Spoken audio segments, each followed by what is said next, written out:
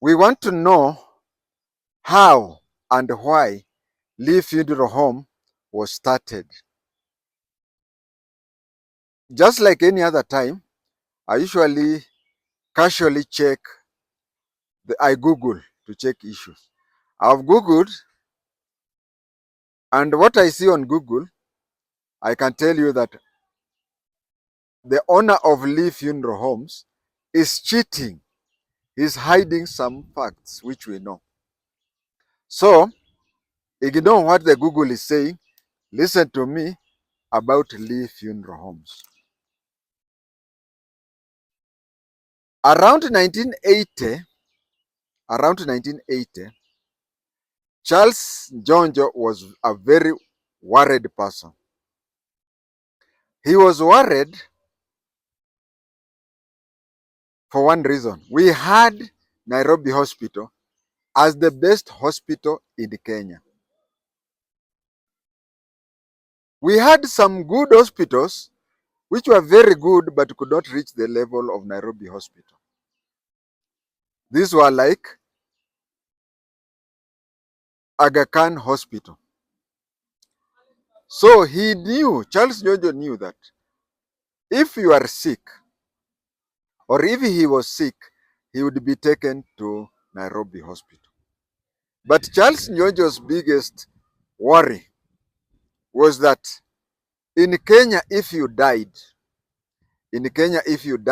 especially if you died within Nairobi, you would be taken to City Mortuary. And City Mortuary was not good. Of course, he saw some of the leaders who had died. A good number of them were assassinated. But anyway, that is death.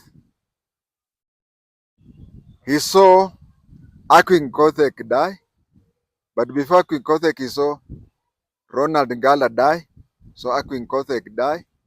He saw Gama Pinto die, he saw Tomboya die, and so on. But that was, I think, soon after J.M. Kariuki had died. He saw the City Mortuary, the condition it was in. So he believed that if he died, if Charles Njonjo died, he would be taken to City Mortuary. Charles Njonjo during those days was a very funny person. He never greeted Luos. If you ask him why he doesn't greet Luos, he would tell you that the Luos would transmit cholera to him. He never took oranges and fruit juices. He never took them from Kenya. He used to buy them from London and they would be brought by plane.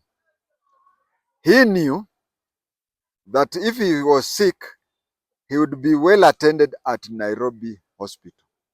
But if he would die, he would end up at City Mortuary.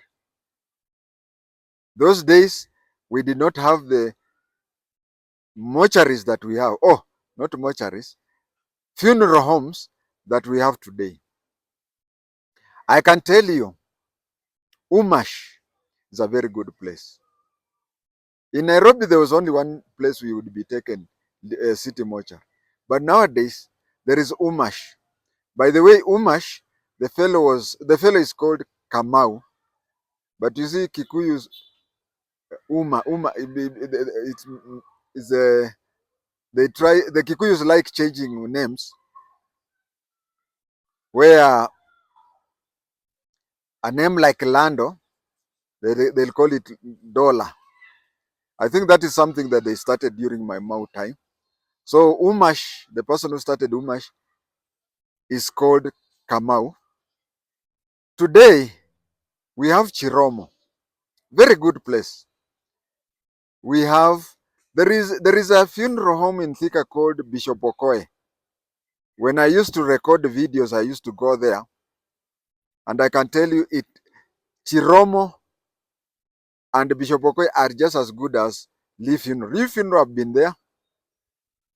Justice Chesoni when he died, and others and others. So you find that we have so many funeral homes today that are on the level of Lee Funeral.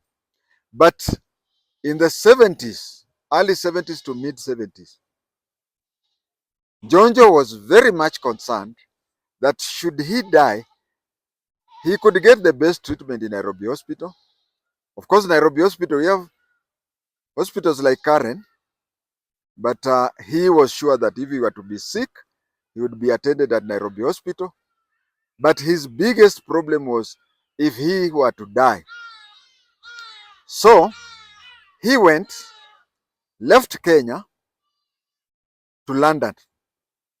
He found a Kenyan-born person who was working in you know we have these police pathologists, isn't it? Yeah, daktari wa police. So he went and found one who was a European, Lee himself. I'll come to that. Then convinced him to come to Kenya. Then they hived off a section of Nairobi Hospital and made their Lee funeral homes. By then, Charles Njonjo was the chairman of the board of the hospital of Nairobi Hospital. So Lee was given a free land. Yeah, but you know, Nairobi Hospital is not a public hospital, so we cannot complain.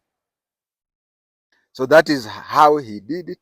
And he said, I want facilities that are similar to London. And that is how Lee Funeral was started. Now we have to talk about Lee himself. Lee was born in Nairobi. He was born in Nairobi. His name was John Stewart Lee. He was born in Nairobi, educated in Nairobi, and brought up in Nairobi. When Kenya attained independence in 1963, there are those expatriates who are going back to Britain. His parents were among them. So he went back to Britain. When he went to Britain, uh, he joined the Cambridge police and studied the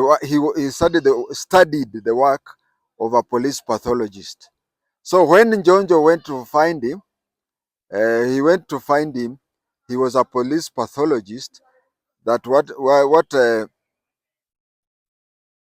in Kenya we say daktari wa polisi.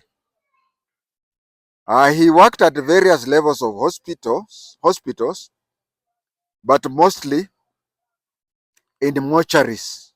You see, in cases, he used to deal especially in cases that dealt with, you know, if someone is murdered, the postmortem and anything and whatever is done in the presence of a police pathologist and such a thing.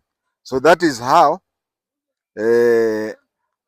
he was recruited and brought to Nairobi to start Lee Funeral Homes. The stories you are hearing that from him, that whatever, that is 90% truth. But the 10% that is being hidden is that Njonjo was worried that there was a good hospital in Nairobi, that is Nairobi Hospital, which would treat him well, but were he to die, he would be thrown out and stay together with the ordinary people like me and you. That is why he went and looked for. And you know, Njonjo hated Africans. His secretary was an African, and he felt that they should bring a Mzungu like John Lee, so that when he dies, his body is handled by Wazungus. That is Njonjo of the 70s. I'm not talking of Njonjo who was supporting Raila to be the president. No, he really changed towards the end of his life. My viewers, today, that is the small lesson about Nairobi Lee Funeral Homes.